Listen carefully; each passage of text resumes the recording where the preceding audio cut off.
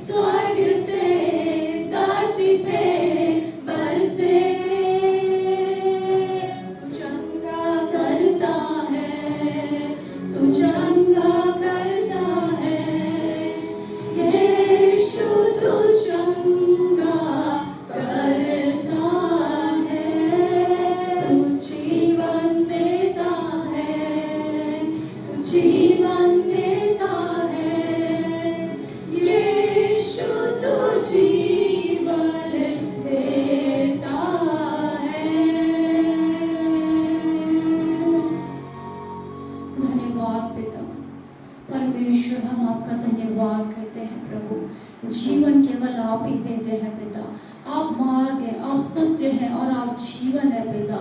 जीवन केवल आप देते हैं मेरे परमेश्वर। हम तेरा धन्यवाद करते हैं पिता परमेश्वर इस सुंदर आराधना के लिए पिता परमेश्वर। प्रभु आपका वचन हमें सिखाता है पिता परमेश्वर, आप आत्मा है प्रभु। हम आत्मा और सच्चाई से तेरी आराधना करें पिता। हम तेरे नाम को इस समय ऊंचा करते हैं पिता। हम धन्यवाद करते हैं पिता परमेश्वर। प्रभु हम आगे के समय को तेरे हाथों में सौंपते हैं पिता। तेरे दास को तेरे हाथों में सौंपते हैं मेरे परमेश्वर पिता। जब तेरे दास पिता परमेश्वर वचन को लेके आते हैं पिता, वो वचन पिता परमेश्वर एक एक परमेश्वर प्रभु हृदयों से बातें करे पिता परमेश्वर। ये वचन जीवित है पिता परमेश्वर, ये वचन प्रबल है मेरे परमेश्वर। हर एक से तेरा वचन बोले और बातें करे पिता।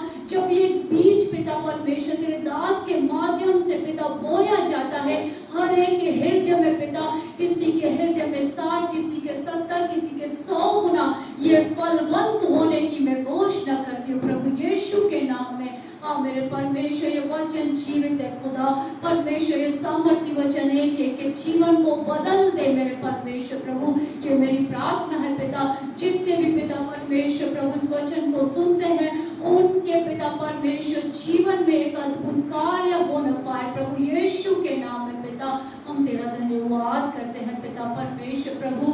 हम धन्यवाद के साथ इस विनती प्रार्थना को मेरे उद्धारकर्ता और जल्द आने वाले प्रभु यीशु के नाम से करते हैं, आमीन।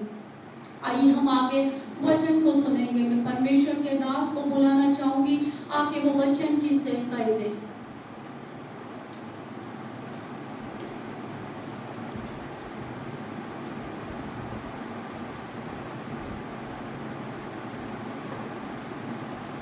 Praise the Lord।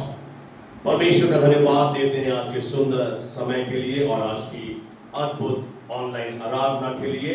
मैं आशा रखता हूं मेरे प्रियो कि आप अपने घरों पर सुरक्षित होंगे और इस समय परमेश्वर के वचन से प्रभु का आत्मा आपको अद्भुत रीति से स्पर्श करेगा और आज एक नए कामों को आप अपने घरों में अपने जिंदगियों में होते हुए देखेंगे, आमीन। यदि आप विश्वास करते हैं तो बोलिए आमीन, हालेलुया, प्रेज द लॉर्ड। मेरे प्रियो, जब मोआबी, अमोनी और सेईर के पहाड़ी देश के सेनाओं ने यरूशलेम पर चढ़ाई करने की योजना बनाई और यहूदा के राजा यहोशापात ने उस समय एक आपातकालीन स्थिति को घोषणा कर दिया, एक इमरजेंसी लागू कर दी और सभी यहूदी लोग अपने परिवारों के समेत परमेश्वर से मदद मांगने के लिए इकट्ठे हुए, क्योंकि वे जानते थे कि शत्रु की सेना उनसे कहीं अधिक है। सब कुछ खो देने के डर से उनकी आत्माओं के अंदर एक भय आ गया। वे बेहद निराश होने लगे और वे इंतजार कर रहे थे कि परमेश्वर उन्हें कोई रास्ता दिखाए। क्या आज सुबह के समय आप अपने जीवन में ऐसी स्थिति में गए हैं जहां आपके हालात पूरी तरह से आपको निराशाजनक लग रहे हैं? क्या आप अपने आसपास की चुनौतियों से घिर चुके हैं और असहाय महसूस कर रहे हैं? क्या आज आपको कोई रास्ता नजर नहीं आ रहा? क्या आज आपको कोई राहत नजर नहीं आ रही है? Praise the Lord. आज हम राजा यहोशापात के जीवन से 3 महत्वपूर्ण चीज को सीखेंगे। अगर आपके पास डायरी है नोट कर लीजिए। सबसे पहले मेरे प्रियो, राजा यहोशापात ने क्या किया? बाइबल बताती है वह डर गया, क्योंकि यह स्वाभाविक है कि जब आप चुनौतियों से घिरे हैं, जब आपके जीवन में ऐसी विषम परिस्थितियां आती हैं, आपको डर लगता है। पर उसने उसके बाद एक बहुत ही अद्भुत काम किया। राजा यहोशापात लिखा है परमेश्वर यहोवा की खोज में लग गया। हालेलुया। ऐसे समयों में बाइबल ऐसा हमें सिखाती है, अपनी परिस्थितियों से भयभीत होने के बजाय ये वो समय नहीं है मेरे प्रियो। अक्सर लोग यहाँ पर एक गलती करते हैं, वो ऐसे समयों में परमेश्वर से दूर चले जाते हैं, एक दूरी बना लेते हैं। कई लोगों के अंदर गुस्सा आता है, क्रोध आता है, वे कड़वाहट से भर जाते हैं। और हताश होकर बैठ जाते हैं और वो कहीं ना कहीं अपनी परिस्थितियों के लिए परमेश्वर को कटघरे में खड़ा करते हैं। परमेश्वर को कहते हैं, प्रभु तू ऐसा क्यों कर रहा है। मैं आपसे कहने चाहता हूं कि परमेश्वर हमारी समस्याओं का रचने वाला, पैदा करने वाला नहीं है, वरन परमेश्वर हमारे विश्वास का, हमारे विजय का, हमारी सफलता को रचने वाला परमेश्वर है। आमीन। ऐसे समयों में हमें राजा यहोशापात की तरह परमेश्वर की खोज में लग जाना है। प्रभु कहता है, मेरे दर्शन का खोजी बन जा, और आपको उसके दर्शन को खोजना है, क्योंकि परमेश्वर अद्भुत तरीके से ऐसे समयों में हमारी जिंदगियों में अपनी अमिट छाप छोड़ता है। हालेलुया। दूसरी बात, राजा यहोशापात ने अपनी प्रार्थना में और अपने जहन में, यानी कि विचारों में, एक बात को बनाए रखा कि परमेश्वर तू कितना बड़ा है, तू कितना सामर्थी है। हमारा परमेश्वर एक बड़ा, एक महान परमेश्वर है। Our God is a big God. Hallelujah. ऐसे समयों में जब शत्रु आपके विचारों के साथ खेलता है, आपको अपनी प्रार्थनाओं में एक बात पर ध्यान रखना है कि हमारा परमेश्वर कितना बड़ा है। और राजा यहोशापात ने साहस से भरकर, याव से भरकर यह घोषणा करना शुरू किया कि हे प्रभु, तेरे सामने कोई भी खड़ा नहीं रह सकता है। हालेलुया। हमारे परमेश्वर के आगे कोई सेना, कोई शत्रु, कोई बीमारी, कोई परिस्थिति, कोई निराशा, कोई भी ऐसे महान प्रभु का सामना नहीं कर सकता है। हालेलुया। राजा यहोशापात ने आशा रहित परिस्थितियों में भी अपनी आशा को परमेश्वर में बनाए रखा। उसने आशा नहीं छोड़ी। मेरे प्रियो, ईश्वरीय आशा जो है, उसका यूनानी भाषा में एक अर्थ है कि लगातार रीति से यह उम्मीद लगाए रखना कि मेरे जीवन में जो कुछ भी होगा वह अच्छा ही होगा।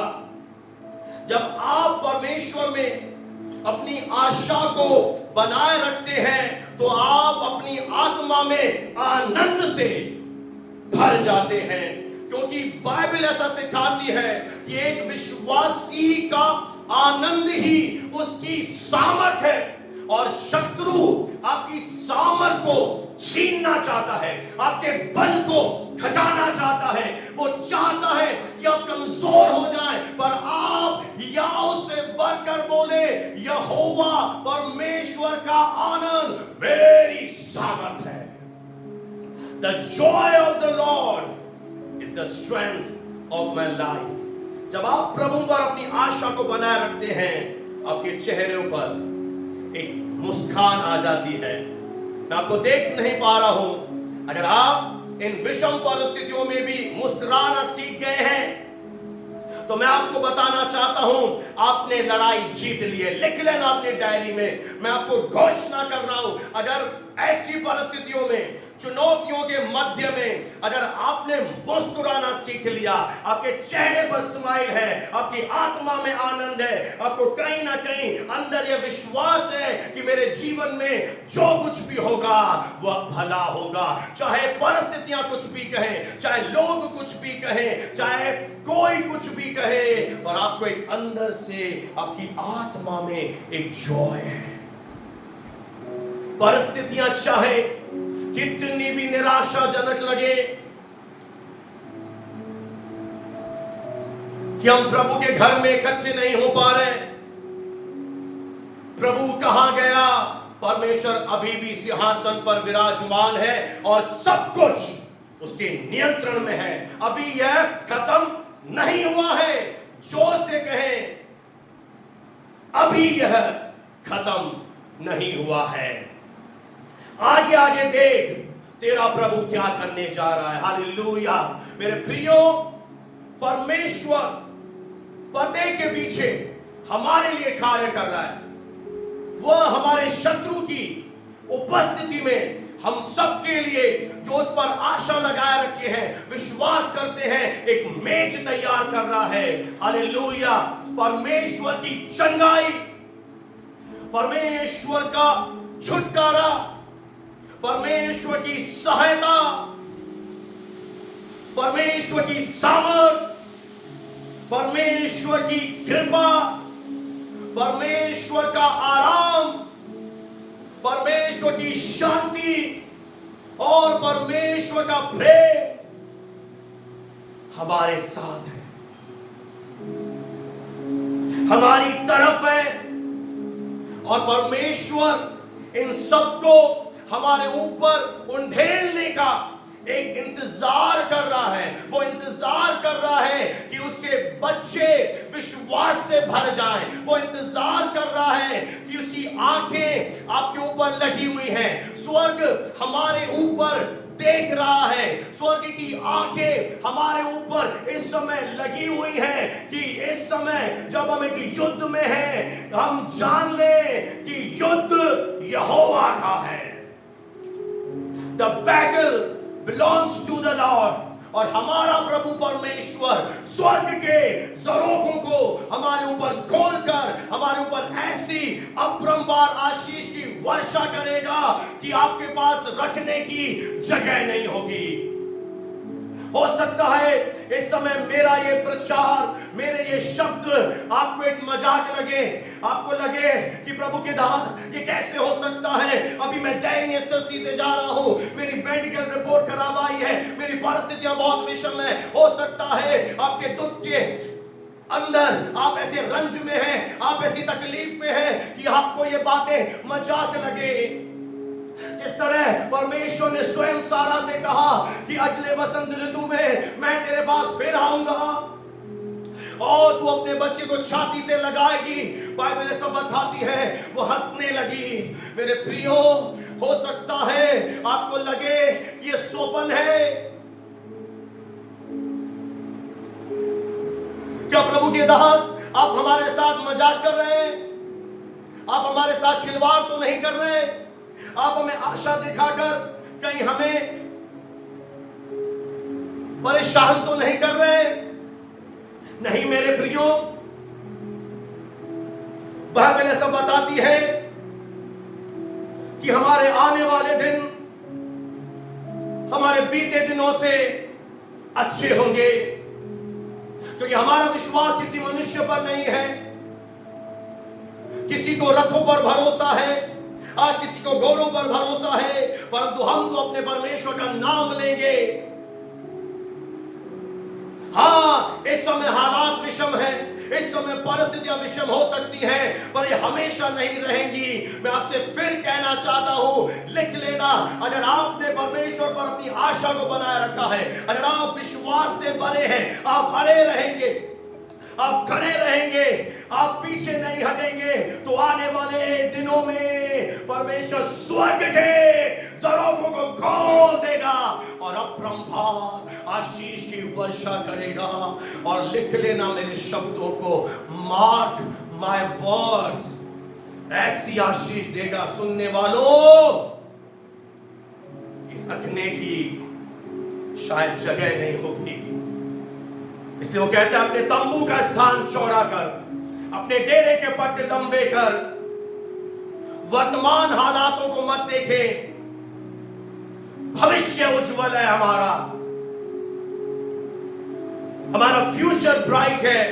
जैसे परमेश्वर की प्रतिज्ञाएं सच्ची हैं, वो परमेश्वर सच्चा है, वो परमेश्वर विश्वास योग्य है, वो मनुष्य नहीं है कि वो झूठ बोले, वो वादा देकर बदलने वाला नहीं है। अगर उसने हमसे कहा है तो वो करेगा।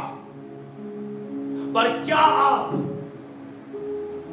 आशा में बने रहेंगे? क्या आप अपने विश्वास को एक धरोहर की तरह रखवाली करेंगे? जब आपका मार्ग अंधकार से भरा हो, जब आपको चीजें समझ में ना आए, जब स्पष्ट कुछ भी ना लगे, क्या ऐसे समय में भी आप आनंद से भरे रहेंगे?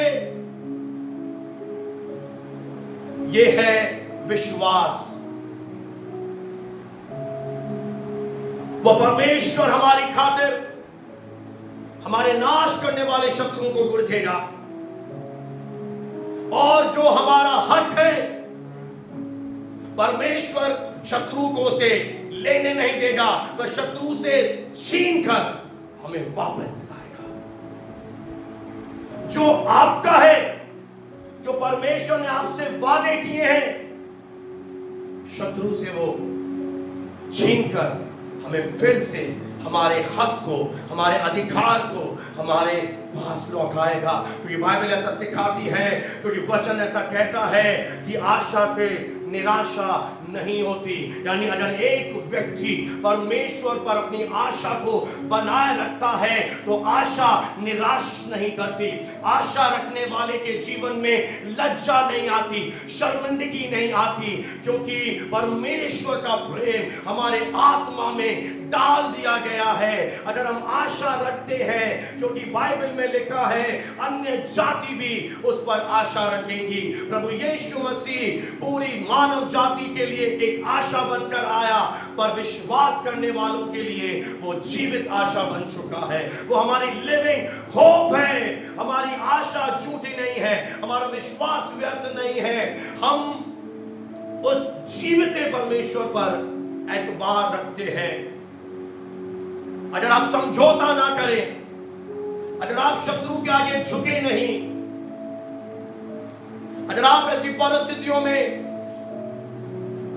अपने विश्वास को बनाए रखें, क्योंकि बाइबल ऐसा सिखाती है कि कुछ लोगों ने दानिएल को नीचे गिराना चाहा, क्योंकि वो एडमिनिस्ट्रेटिव ऑफिसर था, एक प्रबंधक का, एक बहुत बड़ा अधिकारी था, और लोग उसके काम में गलती ना ढूंढ सके, कोई मिस्टेक नहीं पकड़ पाए। तो उन्होंने सोचा कि इसे प्रभु के कारण फंसा देते हैं, और राजा के पास गए और बोला अगर राजा तुझे छोड़कर कोई किसी देवता से प्रार्थना करे, उसे शेरों की मांद में डाल दिया जाए। और दानिएल को जब ये बात मालूम पड़ी, वो अपनी रीति के अनुसार खिड़की को यरूशलेम की ओर खोले हुए, क्योंकि यरूशलेम में परमेश्वर का मंदिर था, वो खिड़की को खोलते हुए दिन में 3 बार परमेश्वर से प्रार्थना करता रहा। क्या आज मैं आपसे पूछना चाहता हूं, आप प्रार्थना कर रहे हैं, या आपकी प्रार्थना में कमी आ गई है, या आपकी आग खत्म हो चुकी है, कि आपके अंदर जो फायर थी, जो आपके अंदर जोश था, जो जुनून था, वो कहीं ना कहीं इन परिस्थितियों ने कम कर दिया है। बहुत से लोग मेरे प्रियो प्रभु के साथ चलते चलते थोड़े समय के बाद आत्मिक रीति से थक जाते हैं। वे कलीसिया तो आते हैं, वे प्रार्थना तो करते हैं, पर वो जोश उनमें नजर नहीं आता। धीरे धीरे करके वो बढ़ने की बजाय वो पीछे हटते चले जाते हैं, और उनके लिए एक रीति बन जाता है कि आप ऐसी स्थिति से तो नहीं गुजर रहे कि विषम परिस्थितियों ने आपके विश्वास को ठंडा कर दिया है। मेरे प्रियो, अब्राहम के विषय में बाइबल ऐसा सिखाती है, उसने निराशा में भी आशा रखकर विश्वास किया, क्योंकि विश्वास आशा के बिना अधूरा है। अगर आपके जीवन में आशा नहीं है, एक होप नहीं है कि मेरे जीवन में जो होगा अच्छा होगा, तो विश्वास काम नहीं करेगा। जैसे कि अगर आप एक घर बनाना चाहते हैं, आपने जमीन खरीदी, आप आर्किटेक्ट के पास जाते हैं, नक्शा बनाने वाले के पास, और पूरे घर का एक नक्शा बनाते हैं, और जब वो ड्राइंग बनती है, वो मैप बनता है, आपका घर अभी बना नहीं, पर नक्शे में आप सब कुछ देख रहे होते हैं कि ये मेरा ड्राइंग रूम होगा, ये डाइनिंग रूम होगा, ये मेरा गेस्ट रूम होगा, ये मेरा जिम होगा, ये मेरा गार्डन होगा, ये मेरा किचन होगा, ये मेरा स्टोर हाउस होगा। आपको सब कुछ दिखाई देता है, हाँ या ना? आपका घर अभी बना नहीं, पर आपने महज एक नक्शा बनवाया, और उस नक्शे से आपको अपना घर दिख रहा है। उसी तरह से आशा है कि आशा रखकर विश्वास करना है, चाहे कितना भी निराशाजनक परिस्थितियां लगे, हमारे अंदर आशा कभी खत्म ना होने पाए। आप कभी अपनी आशा मत छोड़िएगा, तो ये आशा आपको आगे बढ़ाती है। आशा का मतलब है भविष्य में कुछ अच्छा होगा, वर्तमान में दिखाई नहीं दे रहा। अरे साधारण लोग तो हार जाएंगे, साधारण लोग तो डर कर बैठ जाएंगे, साधारण लोग तो चुप हो जाएंगे, पर आप साधारण नहीं हो। परमेश्वर का आत्मा अगर आपके अंदर रहता है, आप यहूदा के शेर हो। हम यहूदा के शेर हैं, और आशा रखने वाले लज्जित नहीं होंगे। तीसरी चीज जो राजा यहोशापात ने किया, उसने अपनी सेना पर भरोसा नहीं रखा। आपको किसी के ऊपर भरोसा नहीं रखना है। पड़ोसी मेरी मदद करेगा, डॉक्टर मेरे लिए कुछ करेगा, वकील मेरे लिए रास्ता निकालेगा, नहीं। अगर आज भी आपका भरोसा वकीलों पर है, डॉक्टर पर है, दवाइयों पर है, तो आप अधूरे विश्वासी हैं। क्या आप जानते हैं मेरे प्रियो, यूसुफ जब बंदी गृह में था, उसने पिलाने हारे पकाने हारे से कहा कि जब तुम जेल से जाओगे मेरे लिए राजा से बात करना। कहीं ना कहीं यूसुफ उस जेल खाने में पिलाने हारे पर पकाने हारे पर विश्वास कर रहा था, और आप जानते हैं 2 साल तक और वो जेल में बंद रहा। क्यों? क्योंकि प्रभु आपको सिखाना चाहता है कि किसी के ऊपर अपनी आंखें मत लगाइए, किसी के ऊपर भरोसा मत कीजिए। अगर भरोसा करना है, अगर घमंड करना है, अपने परमेश्वर यहोवा पर घमंड करो। वो तुझे लज्जित नहीं होने देगा, तेरा सर गर्व से ऊंचा करेगा। Hallelujah, praise the lord. राजा यहोशापात इस चीज को सीख गया था। उसने गाने वालों को, बजाने वालों को बुलाया और उन्हें आगे फ्रंट पे ले आया। और बाइबल ऐसा बताती है, जब वे गीत गाकर परमेश्वर की स्तुति करने लगे, जब उन्होंने अपने हाथ आराधना में उठाए, जब उन्होंने चुनौतियों को नहीं देखा, परिस्थितियों को नहीं देखा, शरीर को नहीं देखा, चीजों को नहीं देखा, उन्होंने हाथ उठाने का मतलब है आप स्वर्ग में देख रहे हैं, आपको सहायता वहां से मिलेगी। और परमेश्वर ने सारी सेनाओं के बीच में कंफ्यूजन पैदा कर दिया, गड़बड़ी पैदा कर दी, और वो एक दूसरे पर हाथ उठाकर नाश हो गए। पता है ऐसा क्यों हो पाया? कई बार मेरे प्रियो, हम परमेश्वर की आराधना को हल्के में लेते हैं। हमें लगता है आराधना क्या है? अरे मेरे प्रियो, आराधना में वो सामर्थ है कि बड़े से बड़े द्वार भी खुल जाते हैं, रिपोर्टें बदल जाएंगी, डर सामर्थ में बदल जाएगा। और वचन ऐसा सिखाता है, उन्होंने 2 लाइनें गाई, यहोवा का धन्यवाद करो क्योंकि वह भला है और उसकी करुणा सदा की है। यही 2 लाइनें दाऊद ने भी गाई। जब राजा सुलेमान ने परमेश्वर का भवन बनाया, मंदिर बनाया, उसने भी गाई। जितने भी पुराने नियम के संत थे, क्या है इन लाइनों में, क्या है इन शब्दों की तासीर? कुछ सामर्थ्य है इन शब्दों में। अक्सर लोग निराशा के समय रोना शुरू करते हैं, चीखना शुरू करते हैं, लोगों पर दोष लगाना शुरू करते हैं, चिड़चिड़े हो जाते हैं, फ्रस्ट्रेट हो जाते हैं, लोगों पर अपना खींच निकालते हैं, बदतमीजी करना शुरू कर देते हैं, कड़वे हो जाते हैं। और यही पतन का कारण है। और ये संत जानते थे कि जब एक व्यक्ति विश्वासी अपने जीवन से परमेश्वर को ऊंचा उठाता है, यहोवा का धन्यवाद करो। अरे मेरे प्रियो, साधारण लोगों से ये दुनिया भरी पड़ी है। आप साधारण मत बनिए, इतिहास रचिए, भीड़ का हिस्सा मत बनो, भीड़ का अलग हो जाओ। प्रकट करो कि आप परमेश्वर के हैं। सुनने वाले मत बनो, वचन पर चलने वाले बनो, कि लोग आपके जीवन से सीखें, आपके परिवार के लोग आपके जीवन से सीखें, आपके बच्चे आपसे सीखें, आपके रिलेशन वाले आपसे सीखें। अरे वो तो रो रहे हैं, तुम भी रो रहे हो, तो क्या अंतर है? इसका मतलब है आपका मन बदला नहीं है। ऐसे समय में जब उन्होंने एक गीत गाया, परमेश्वर का धन्यवाद करो क्योंकि वह भला है, उसकी करुणा सदा की है। आज पवित्र आत्मा सुनने वालों से चाहता है, ये शब्द आप अपनी आत्मा में भर दीजिए, मनन कीजिए। जब भी आपको डर लगे, चिंता सताए, निराशाएं आए, जो भी आपके जीवन में गलत हो, नकारात्मक हो, आप उस समय विश्वास से भरकर खड़े हो जाए और कहने लगे, the Lord is a good God, और उसकी करुणा सदा की है।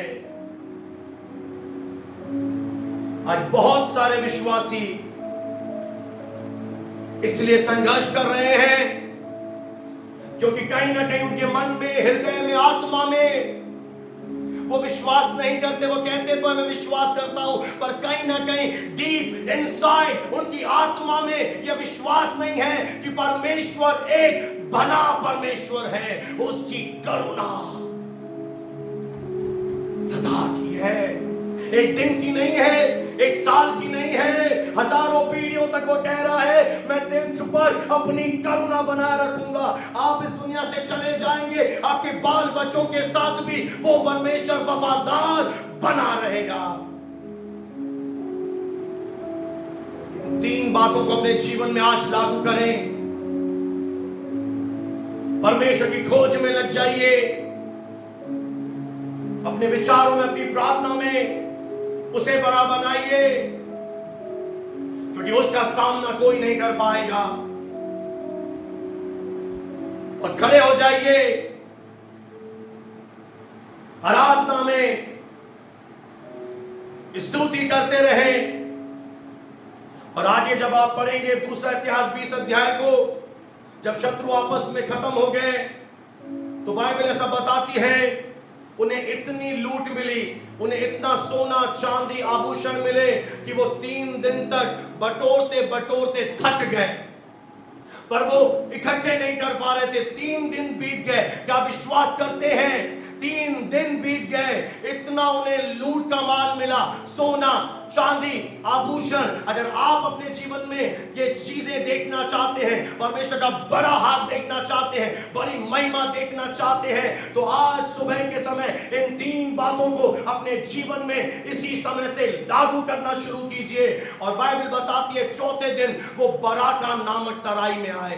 बराका का अर्थ है धन्यवाद की तराई। और आप भी इन विपत्तियों से निकलकर एक समय आएगा, आप धन्यवाद की तराई में खड़े होंगे और हाथ उठाकर आपकी आंखों में दुख के आंसू नहीं होंगे, लज्जा नहीं होगी। परमेश्वर आपके सर को सबके सामने, आपके परिवार के सामने, इस शहर के लोगों के सामने ऊंचा करेगा और आप बराका की तराई में आएंगे। अगर विश्वास करते हैं, लिख लीजिए, मुझे मैसेज कीजिए, हाँ प्रभु के दास, मैं आज सुबह विश्वास करती हूँ कि मैं बराका की तराई में खड़ी होंगी और मैं प्रभु का धन्यवाद करूंगी। इतना प्रभु देगा, इतना प्रभु देगा। लिख लीजिए कि रख नहीं पाओगे, आज आपको कुछ भी दिखाई नहीं दे रहा, पर एक समय आएगा परमेश्वर आपको इतना देगा कि आपके पास जगह नहीं होगी।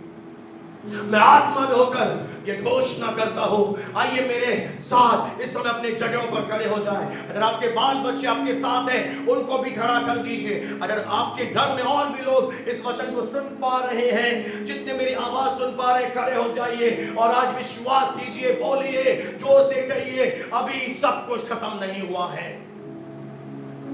ये मेरी कहानी का अंत नहीं है, मेरी कहानी का अंत हार से नहीं होगा, मेरी कहानी का अंत जय से होगा। क्या विश्वास करते हैं? लिखिए, टाइप कीजिए, मैं आपके लिए प्रेयर करने जा रहा हूं। पिता परमेश्वर प्रभु यीशु मसीह के नाम में जितने आज ऑनलाइन मेरी आवाज सुन रहे, जितने अपने घरों पर तेरी आराधना किया है, तेरे सामर्थ्य जीवित वचन को सुना है प्रभु, तू दूर और नजदीक का परमेश्वर है। दूरी आपके लिए मैटर नहीं करती है प्रभु। आज इनके घरों के अंदर अपनी आत्मा की सामर्थ से हर एक को स्पर्श कर एक ताजा तेज, एक अभिषेक इनके आत्मा में उतरने पाए। ओ प्रभु, इनके आंसू, इनके दर्द, इनकी पीड़ाएं, इनका निराशा आज एक नई आशा में बदल जाए। इनके अंदर एक आवाज आने पाए कि परमेश्वर तुम्हारे जीवनों में सब कुछ बदल देगा। एक आशा से भरे रहिए, ईमानदार बने रहिए प्रभु के साथ। परमेश्वर, अगर आप बीमार हैं, आप चंगाई को खोज रहे हैं, प्रभु आपको चंगा करे समय। परमेश्वर का आत्मा आपको छुए, आपकी हड्डी हड्डी, आपके कूदे कूदे, आपकी नस नस आपकी चंगी हो जाए। हर एक नस के रोगी चंगे हो जाओ। अगर समय आपकी हड्डियां दुख रही हैं, अपने शरीर पर हाथ रखिए, आपके शरीर के अंगों को प्रभु छुए, आपकी हड्डियां नहीं हो जाए, आपके गॉल ब्लैडर नहीं हो जाए, किडनी के रोगी समय चंगे हो जाए। परमेश्वर आपकी निराशा को आशा में बदल दे, आपके हार को जय में बदल दे। अगर आपका कोई काम रुका हुआ है, प्रभु की सामर्थ उतरे और आपके वो बंधन टूटने पाए, कर्ज के बंधन टूटने पाए। मैंने आपसे कहा है आज कि आप इतना प्रभु देगा कि आप रख नहीं पाओगे। आपके परिवारों को प्रभु ब्लेस करे। विश्वास करें, मेरे और मेरे परिवार में सब कुछ अच्छा होगा।